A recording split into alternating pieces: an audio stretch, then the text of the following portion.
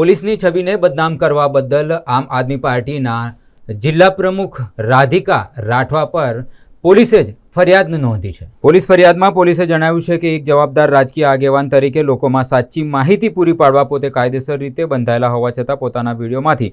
ખોટું કથન કરી આ કથન ખોટું હોવાનું પોતે જાણવા છતાં વિડીયોમાં પોલીસને બદનામ કરવા માટે ખોટા પુરાવા ઊભા કરી લોકોના માનસમાં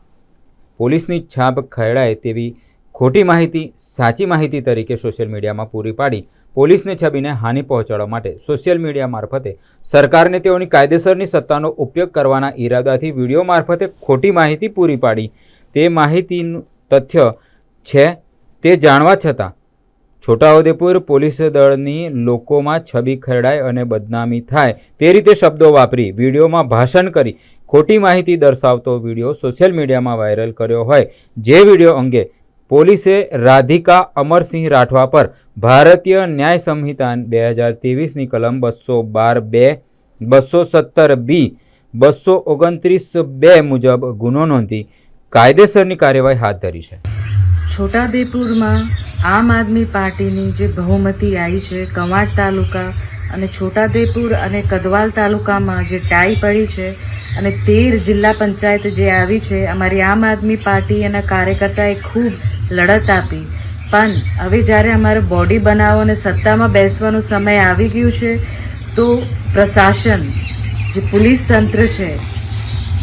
એ અમારા ચૂંટાયેલા ઉમેદવારોને ધમકીઓ આપે છે એમને ઓફરો આપે છે। તો હું આટલું જાણવા માંગુ છું કે આ જે પોલીસ પ્રશાસન છે એમના નામો પણ મને ખબર છે કોણ કોણ આવેલા અમારા ચૂંટાયેલા સભ્યો પાસે એ અમને નામો ખબર છે અને ટાઈમ આવશે અને અમે ખુલાસો આપીશું અને એમની વર્દી ઉતરે એવું અમે ચોક્કસથી ફરિયાદ કરવાના છે। તો તમે ચેતી જાઓ બીજેપીના તલવા ચાટવાનું તમે બંધ કરો। આમ આદમી પાર્ટીની સત્તા આવી છે લોકો આ જન આદેશ છે અને તમે જન આદેશ વિરુદ્ધ કામ કરશો તો એના વિરુદ્ધ તમારા ઉપર પણ કાર્યવાહી થશે।